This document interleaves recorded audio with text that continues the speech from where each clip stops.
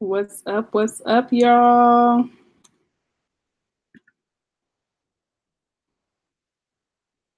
Hey. Hello, hello. Super excited about being able to present to you all tonight. Ah, I would show my face right now, but I'm not gonna lie. Got some rollers in, getting ready for the weekend. Pretty early. I know it's Tuesday, but when you have locks, you have to prepare a little early. But I will be joining at the end for Q&A. But trying to keep that view of me to a minimum. So we are gonna get started in just a couple minutes.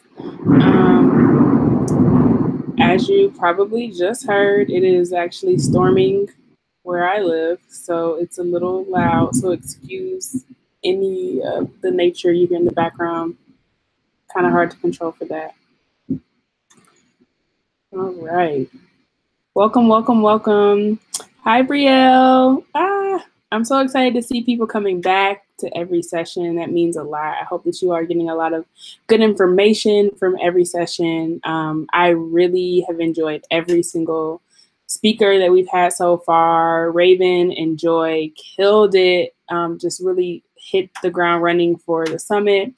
Talking about mental health, like the breathing exercise that Raven gave, or 5 things I hear, 5 things I feel, and 5 things I see. I think those 3. Loved it. I thought it was amazing. I think Joy had some really great points about building your community, be it outside of school or, outside of school, be it your family or creating your own community. I thought that was really dope. Jonathan got me all of my feelings with his amazing storytelling, so compelling. I thought it was just amazing, and I felt inspired and ready, and I feel like I was able to identify who has sacrificed for me and who I was making a commitment to about grad school. So that had me pressed and feeling like I'm ready to be successful. And then Dr. Ashley just, I loved her session. I feel like I had so many questions as a current graduate student talking, hearing from someone who's on the other end of this journey and is done, and how she managed to kind of just create a really compelling, a really excellent career, and then also it sounds like she had a really good experience and had really good mentors, allies, and accomplices. So that was dope. Of course, everything is available on our website, strengthsnotstrikes.com. If you missed any of them, the replays will be available for a limited time. With that, I'm going to go ahead and get started. I don't want to take up too much of you all's time, but as you all know, hi, Academia Network. Yes, learn how to budget. I'm going to do my best, okay? Because I'll admit I'm still learning, but I've always been kind of fixated with budgeting. It was just one of those things my mom would say to me, like, you're going to have good credit, you're going to make a lot of money, but I didn't really know how. And so I ended up spending a lot of time. I spent a lot of my personal time trying to figure these things out. And being a graduate student has definitely taught me how to live well, but within my means. And so, or creating more income to supplement what it is I really want to do. So I'll be sharing both sides today through this presentation. If you have any questions, I'm always checking the chat. I have 2 screens open so I can see what's going on. That's how I can see you all's chat messages now, because I am checking them. And we're going to go ahead and get started once I figure out which screen has my presentation. All right, cool. So my first question for you all is, how do you how do you plan to support yourself through graduate school, or how are you supporting yourself through graduate school? You don't really have to answer this unless you feel comfortable in the chat, but just kind of think about it.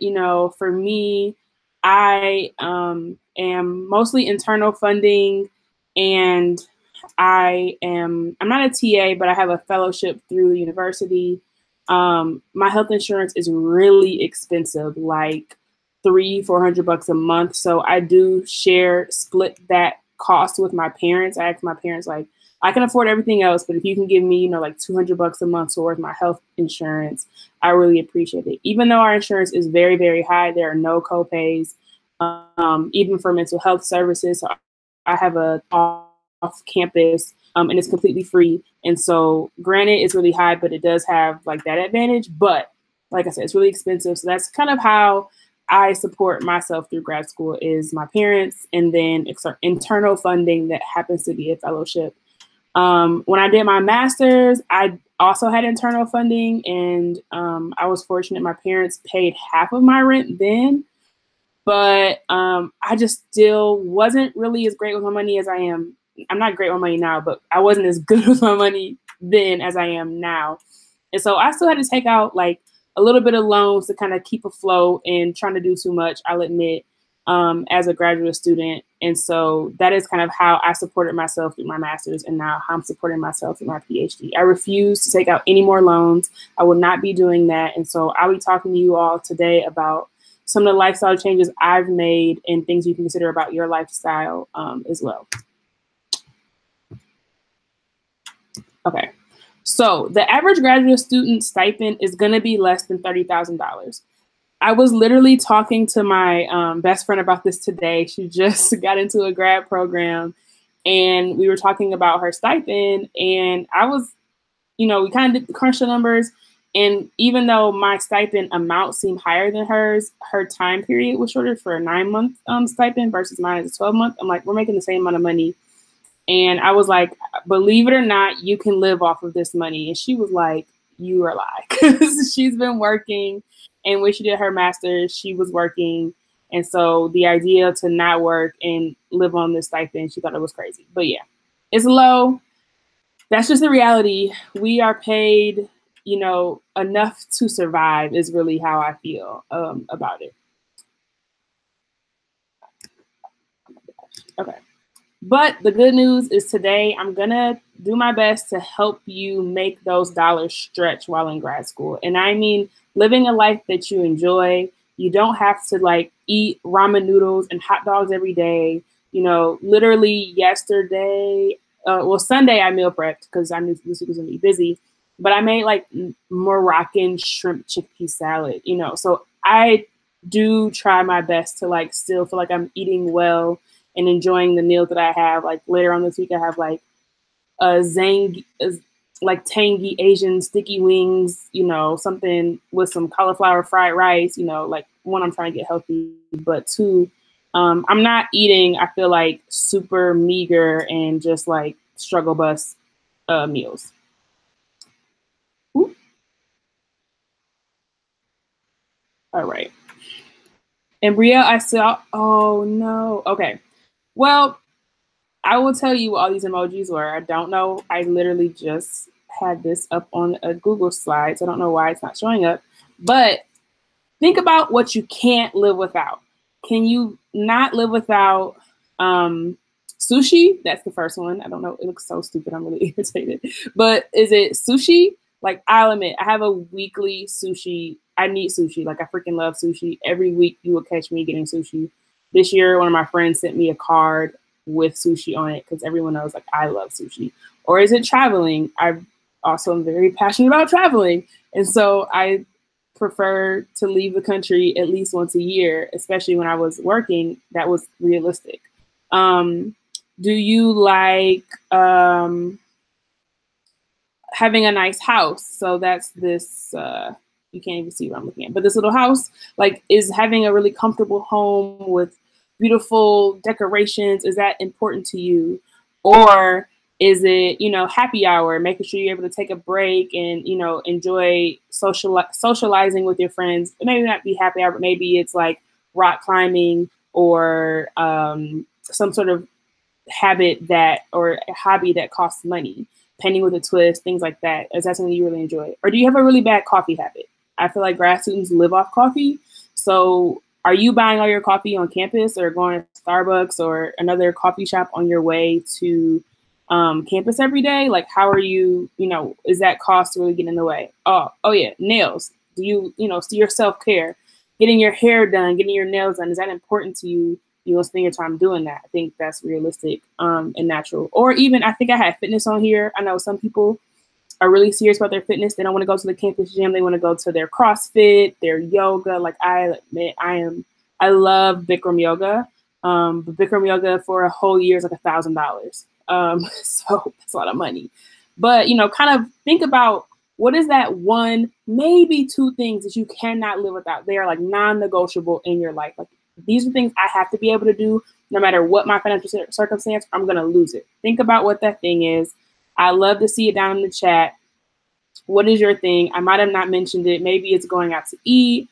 Maybe it's really, maybe it's all organic food or something like that. Whatever your thing is, let me know. Again, I am always checking the chat. So one of the first books that I read when I was getting serious about my money is I Will Teach You to Be Rich by Ramit Sethi. Now, this guy is low-key kind of cool. He's a bit of a like guerrilla marketer, but if you look past that, the information that he shared in his book was really, really useful. And I'll be sharing some of those things today. But what I really loved was figure out that one thing that you can't live without.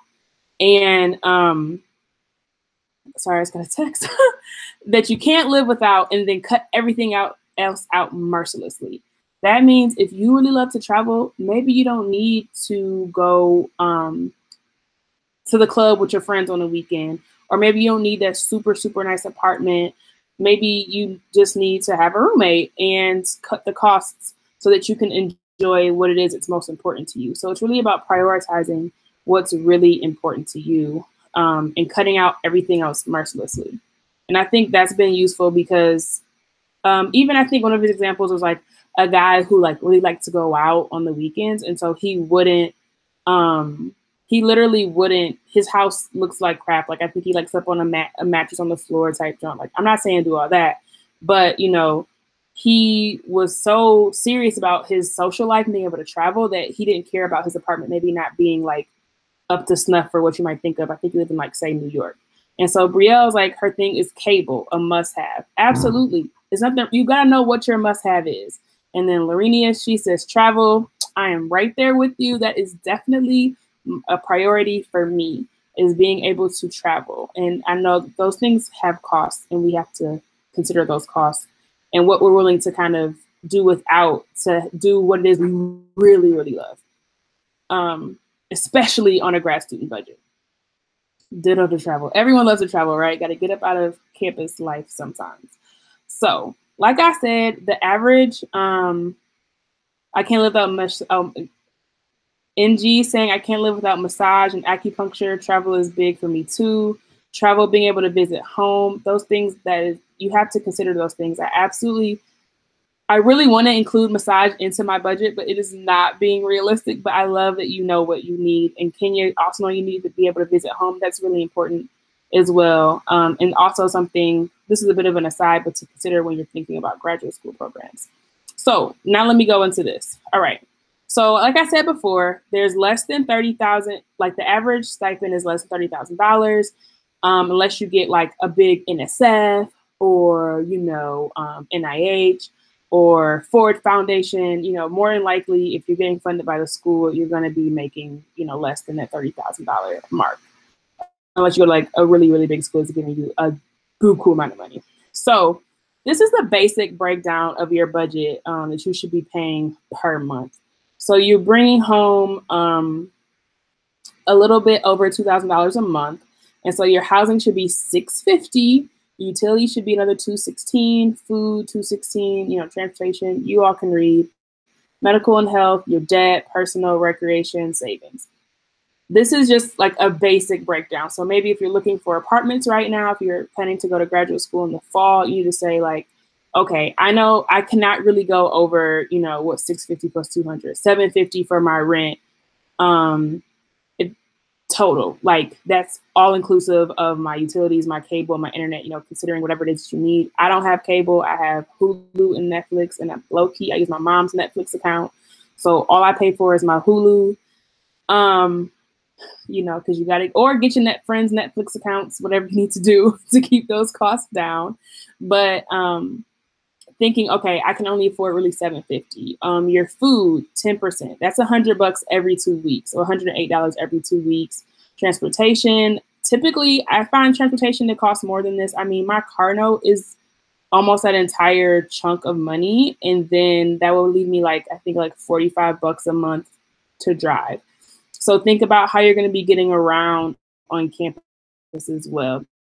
How you're going to be getting to and from campus, how far you're going to be living, you know, and how that might affect your housing, but you want to consider that. Medical and health, most schools include some sort of insurance, health insurance, but if they don't, like my school, you know, you want to keep that in your budget, or just have like, if they have really high copays, you want to make sure that you have this in your mind or have some money set aside. Debt is 108. Okay. Personal money, that's, you know, nails done, hair done, $216 a month, honestly, can go quite a bit of ways. And recreation, that's happy hour, fun stuff. And then your savings should be 15%. Now, what this doesn't include is no student loan payment. So granted, when we're in school, we don't have to pay our student loans. However, when you're not if you do have student loans from undergrad, you know, when you're not paying your student loans, it's still accruing interest. And so I will tell you all, I've not started paying my student loans, but my goal is next year, January 1, I'm going to start paying on them, because I'm not going to let anyone get any extra money out of me anymore. Okay. So, Bria, I'm happy you all screenshotted Blackademia and Kenya. I'm happy you all enjoy this breakdown. I am going to send out the slides for everyone who sent me slides, all the speakers who sent slides. I'll be sending them out in a replay. But yeah, screenshot if you need to. And there are a lot of resources online as well that give you a similar breakdown. Okay. Oops. Oh, okay. So now it's like, so what can you give up? Can you give up that sushi? Can you give up that, you know, this doesn't include traveling and living your best life, you know, let's say in DC, where I spend way too much money, or getting your nails done, or going to happy hour. Happy hour is included in there, but, you know, maybe you like to buy a bottle when you go out. I don't know.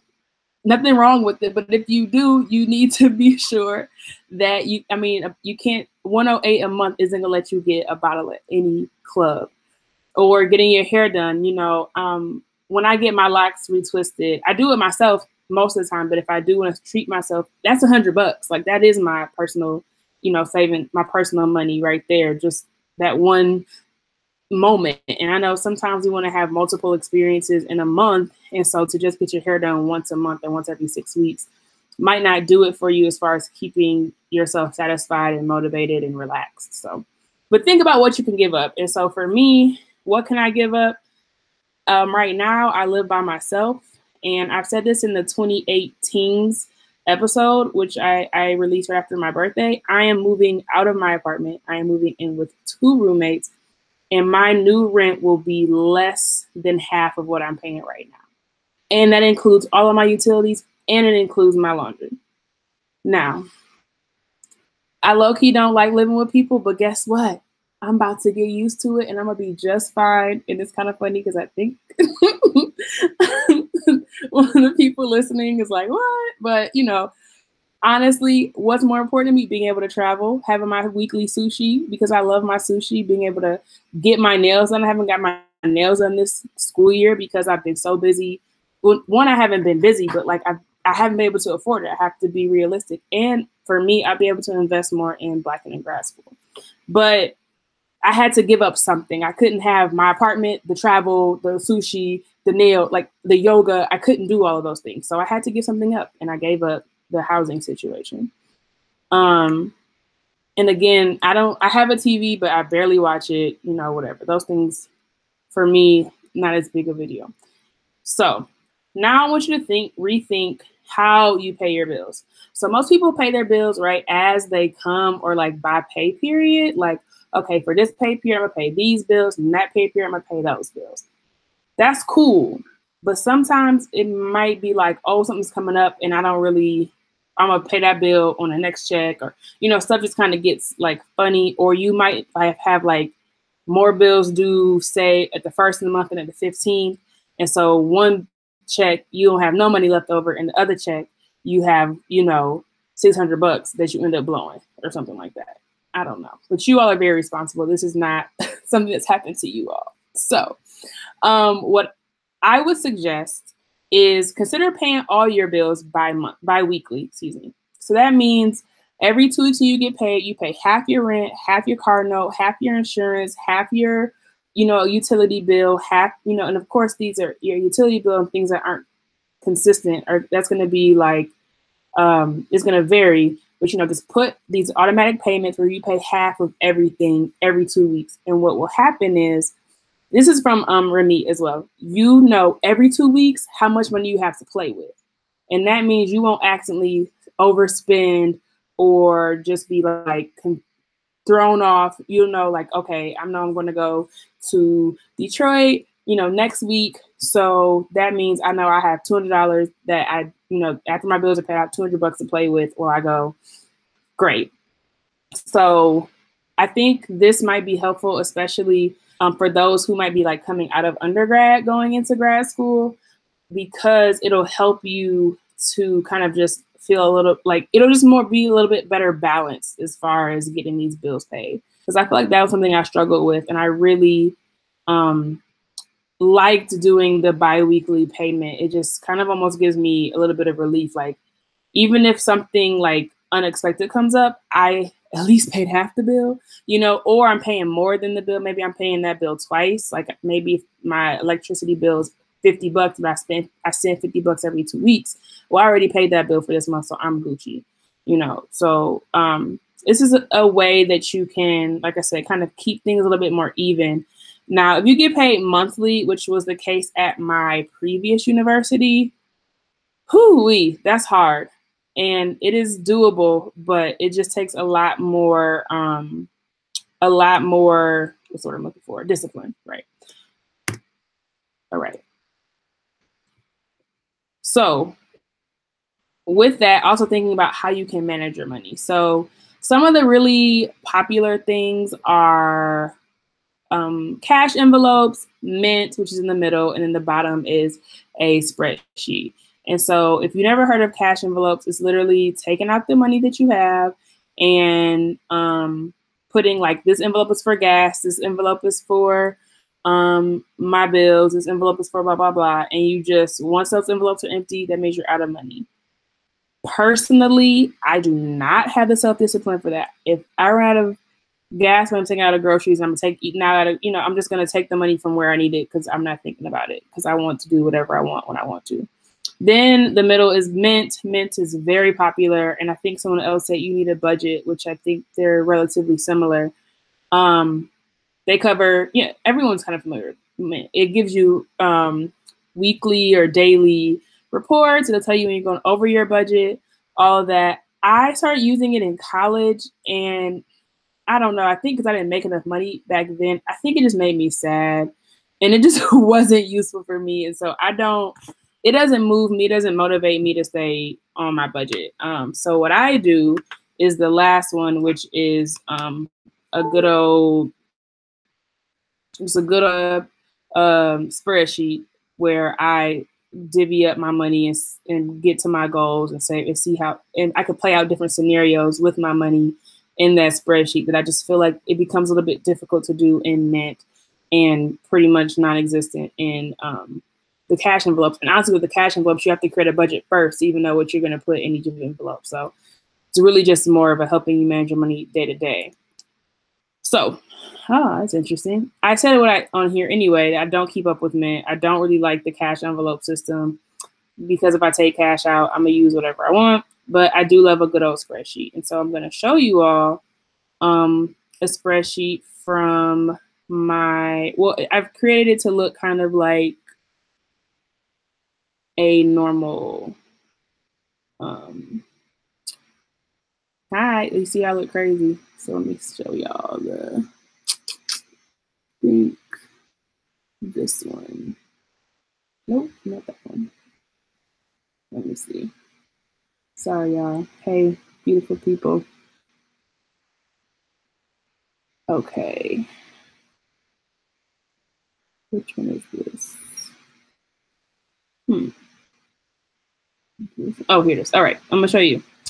Okay, so as you see here, I have, this is from a while ago. You see it's a 2015-16 budget, but I brought it back down to uh, the sample budget the sample salary I had for $26,000. And so I have the primary paycheck. I share in one of my documents that I use Airbnb, and I host on there, and then I tutor. So this might be like what I make in 2 weeks. And then if I have some random additional income, like my mom or my granddad, like send me some money or something.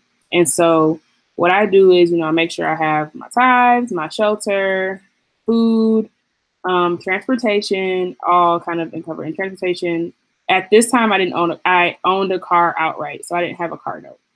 And then I had my insurance, my internet, my Netflix. That's wrong. That should go up there. Electric, and then Netflix was $0 because my mom was paying Netflix. But I can just go in and add Hulu, and I have the fancy Hulu because I don't want commercial, so it's $12. And then I have my credit card payments for $250, so that's way above the. Again, this is 2015. This is way above the, I think the 10%, the 5% that was suggested. So that meant that I had to kind of make it work or eliminate other line items in that basic budget. And so my happy hour going out, so it's $40 for every 2 weeks. So that's two $20 nights out, just make sure I gotta go to happy hour. That's it. Can't really go out to dinner, just go to happy hour where I can afford to have a drink and dinner with $20. At the time, I think I had just started my locks in 2015. Yeah, because this year will be year 3. So I was getting my hair retwisted. So I knew every 2 weeks I needed to put away $20 so that I would have the $60 to get my hair done. But honestly, this didn't account for a tip. So this is not sufficient. And then unexpected spend. So I had to give my mom some cash for something, went and got a car wash and went for a Staples run. And then I have my travel savings, which was really important to me. And can fluctuate depending on what's going on. I was about to go to homecoming. If you all don't know about North Carolina A&T's homecoming, it's called GHO.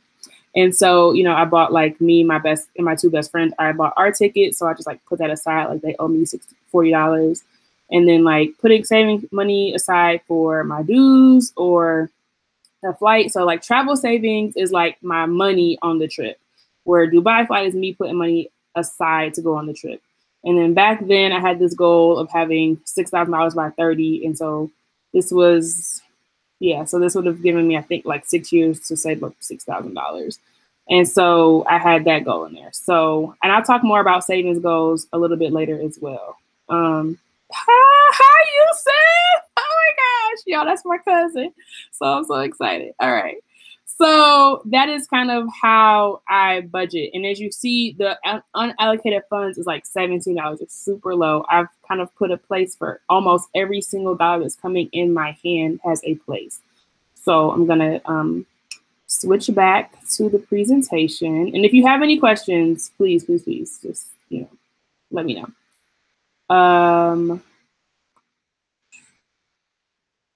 Telling you all technology.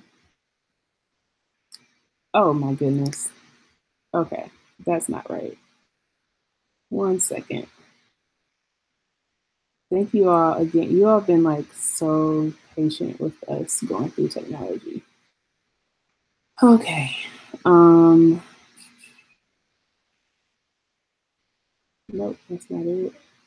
I have 3 or 4 tabs open because I was doing work before. And as a result, it's hard to find. There it is. Okay. There we go. All right. So, right. I talked to you all. Oh, I see how I did that. Okay. Talked to you all about that. So this is that budget to $0 that I showed you where I had $17.17 left. That was me trying to make sure I have a place for every single dollar. And so maybe that extra $17, I'll be like, ooh, I'll put it on my Starbucks gift card or whatever, or I'll spend it on Amazon because I really wanted some new headphones or I need some new charger cords, or I'm going to put it in my savings account and I'll make sure I update my savings account withdrawal to reflect that extra $17. So, or I might just leave it in there because something else will come up because it's $17. But try to budget as close to zero as possible. So you got to have a checkings and a savings. And I feel like sometimes people will like ask me to do stuff and I'm like, no, but for real, I have a checking and a savings and my savings is like over at this other bank. So what I suggest is that you have a checking for your bills, a checking for your fund money, and then a savings account.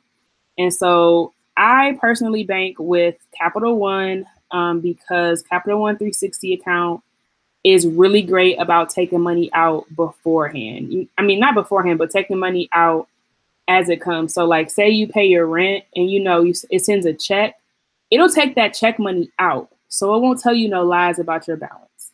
And 3 years ago, I really needed that. And that was also a suggestion that was in that Ramit book. So that's a really good book. I just want to say that again. I got that account and literally, like I said, I send a check, the check comes out, and if they don't cash a check in 90 days, then the money comes back into my account. And that was really useful for me when I was still learning to balance my money. I feel like that just would always kind of trip me up. Is like a business or my landlord holding my check for like more than 2 days after I sent it, and I spent the money because it was in my account. And then of course a checking for fun. So that way you can, I won't say swipe without abandon, but you're less stressed about not having your bills paid. You want to make sure your bills is paid. And then having a savings account. And the savings account that I absolutely recommend is Smarty Pig. I love Smarty Pig. I've been using Smarty Pig since like 2010, I think. And this savings account has helped me with so many goals. And so what it helps me do is instead of creating like one big savings account that's just like savings, it's like I save for a trip, or for like a couple years ago, I wanted to buy myself like new gym clothes and new gym shoes. So I was like, okay, I'm gonna save up like $300. And when I reach that goal, then I'll go out and go shopping.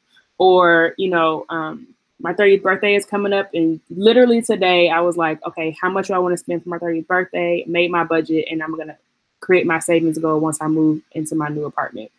And then, I have these savings goals, and even I've helped my best friend with her budget. She just started working, and okay, so I have like 3 best friends. So I know I talked about one who's gotten to grad school. I have another one. So she just started working, and she and I sat down, we started working and did her budget.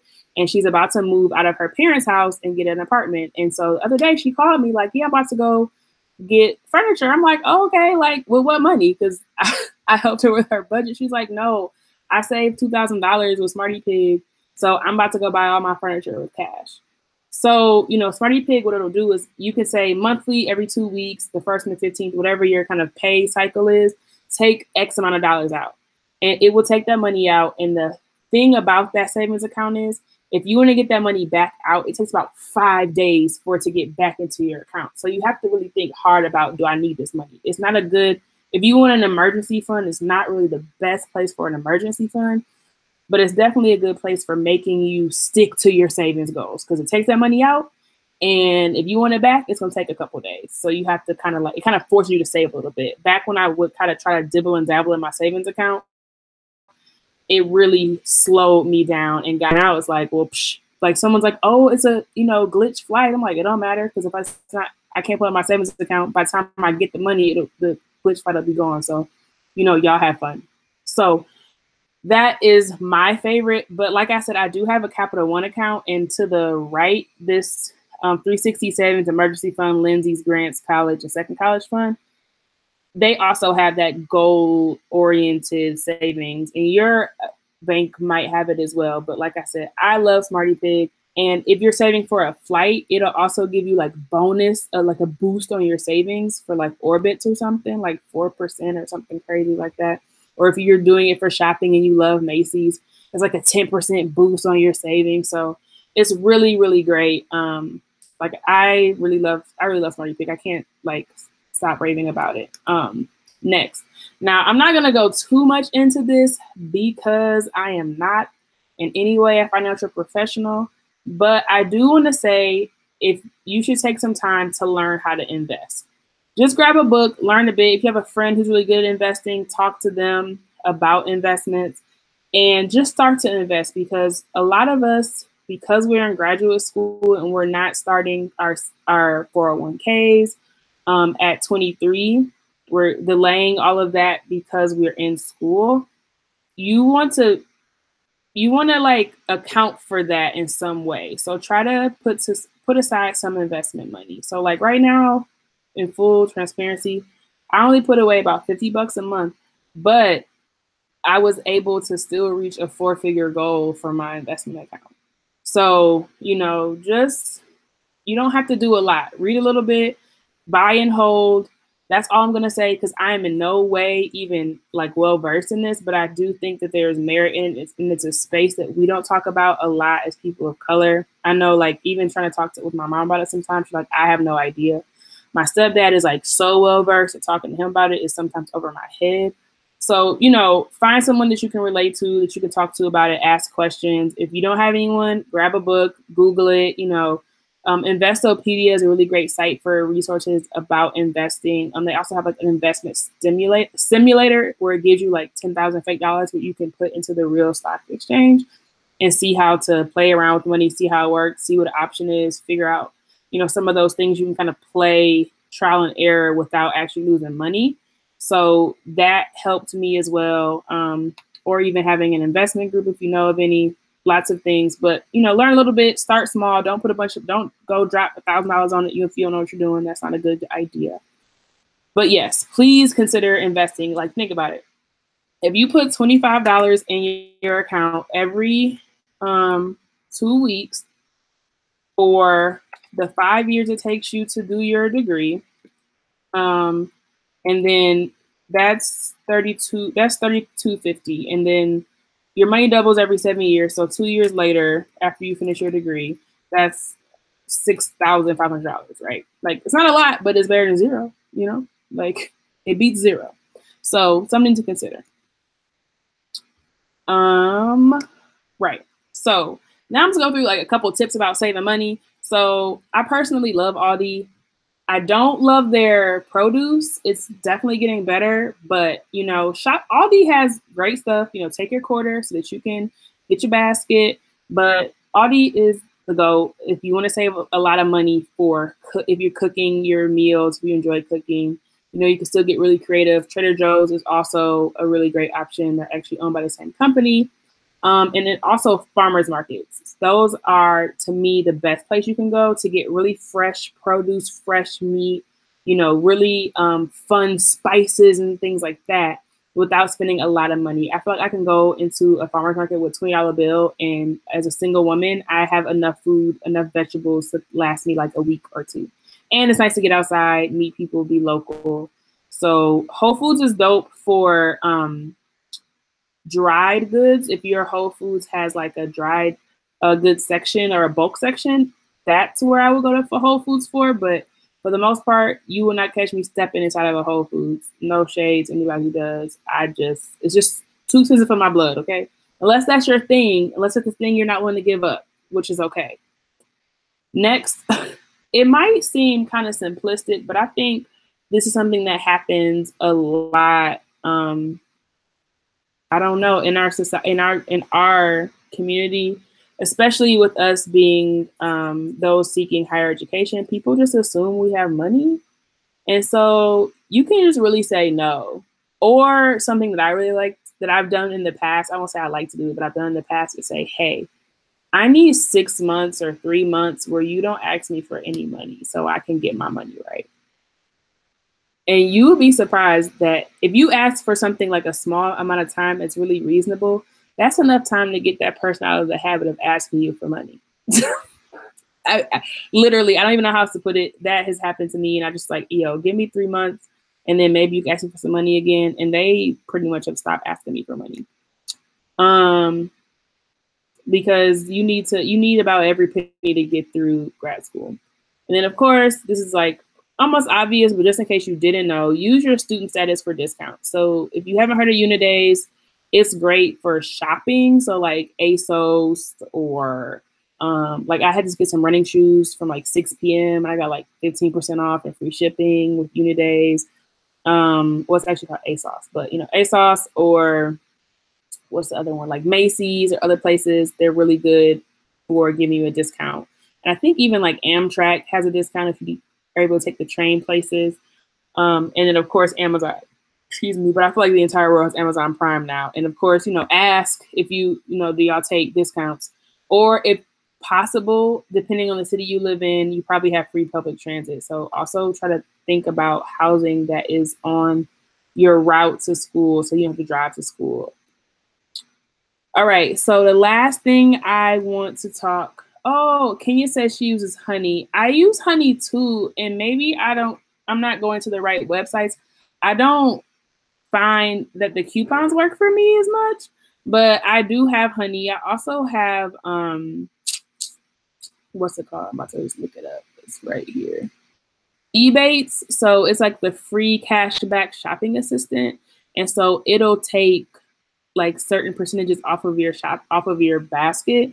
So it will give you as in cash back. So like say, I'm trying to think of an example. The other day, Express had like a crazy dumb sale, and I got like 5 shirts for $10.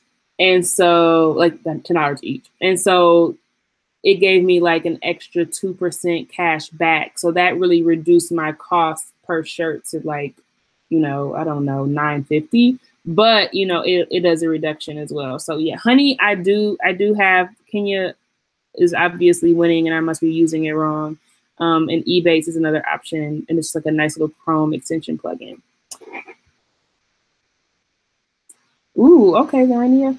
All right, CVS and Walgreens. I need to do better then. I'm excited to learn more about it. All right, so yeah, side hustling. If you've been on one of the webinars or workshops before, you already know that I have a side hustle like little workbook. Well, not even a workbook. It's like a sheet that has like all the information you need about different side hustles. And as I showed in the budget, I do Airbnb. And so I have a unit here in Pittsburgh and one in Detroit that really helps supplement my income. And I don't know how interested people are in Airbnb, but what I will say, it is extremely lucrative and it is helpful, especially if you're a grad student who can't work.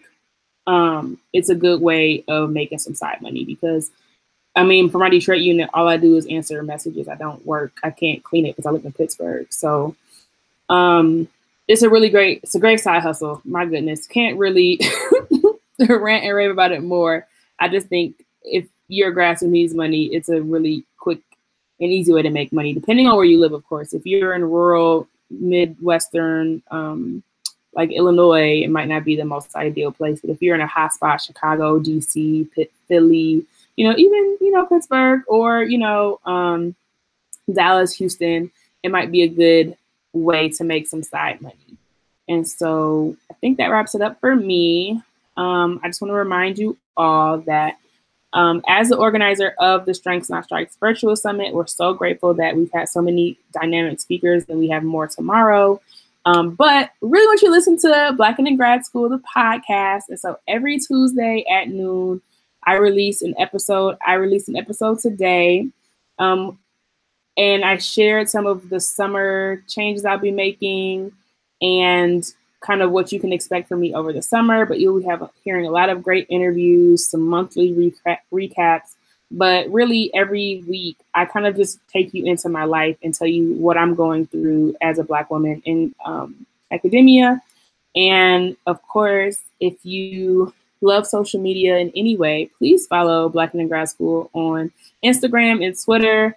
I'm like so close to 1,000 followers, and not that that's the most important thing because it isn't, but I'm just really grateful that there are people who are rocking with the movement, and we're trying to create, a really great community with all of us, all of these different brands, from Black Girl Does Grad School, Without a Space and Morning Joy, Speak Your Success, School and Life, Read Blackademia, and You Are a Light. We're trying to create, a community for students of color to thrive and not have that isolating feeling. So if you want to be a part of that, follow all of us, and you can start, because I follow all of these groups on all of the social media. So you can follow me and then look at who I'm following or see who I'm tagging and find the rest.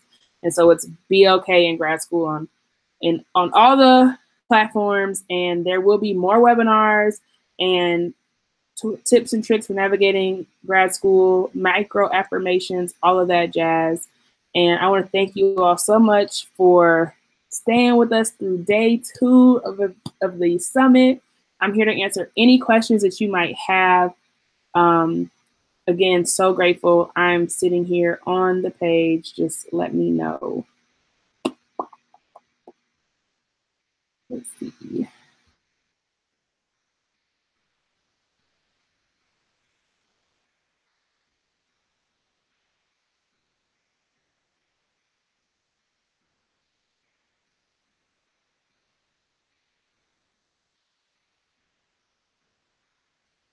So I see the you need a budget, and then cable TV, we talked about that, massage, traveling home,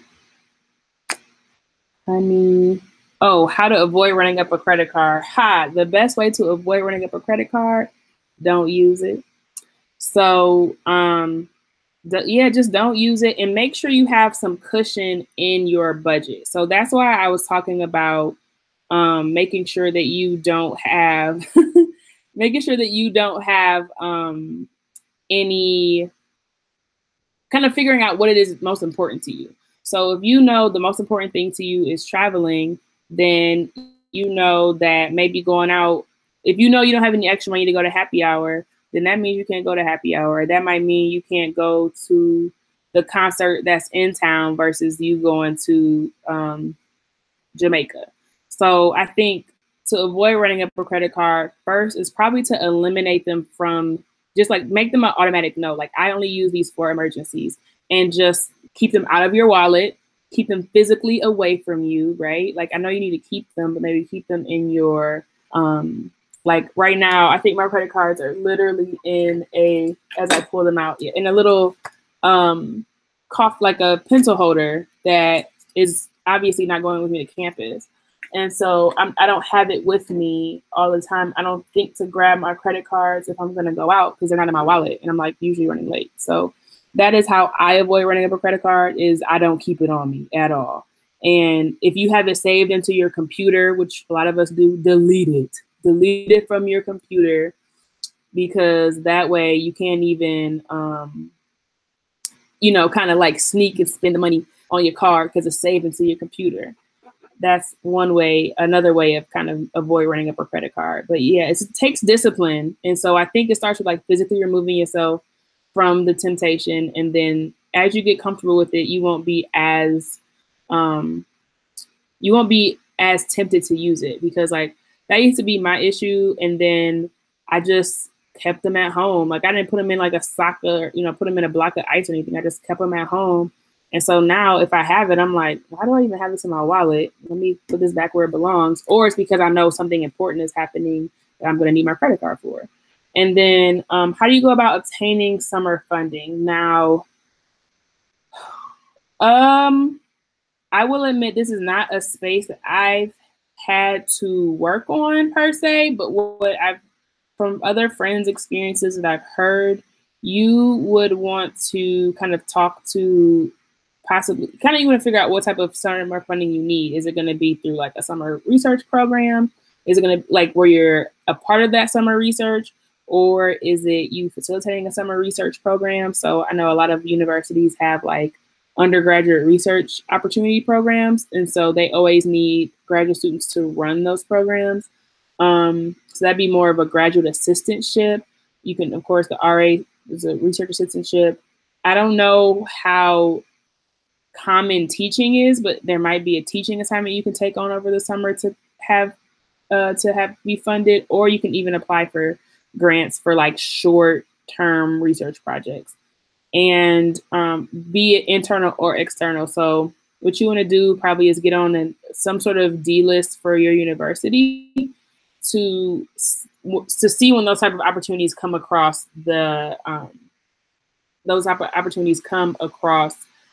someone's desk who's over the D list. And you certainly want to make sure you're talking to your advisor about that, like kind of early. Like, I would probably have that conversation no later than the end of the first semester to just be like, hey, so what's going on with the summer? What do I need to be doing? How can I put myself in the best position to be funded? And, you know, hopefully that means you're doing something related to your research in, you know, at the university, and that keeps you kind of on track. But if not, you know, you want to be prepared for that too, and make sure you have your schooling, you want to make sure you have, all your research or your school tasks completed so that you won't be stressing about those or off task, or not really off task, but off target for during the summer since you're doing something else. That would be probably my best answer to that question. But I can definitely look into that some more to give you a more solid answer. Yeah, because that's something I'll admit I'm not super duper well versed in, but those are my best responses for now. Any other questions?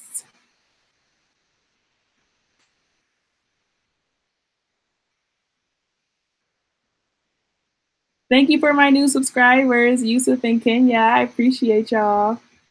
I really do.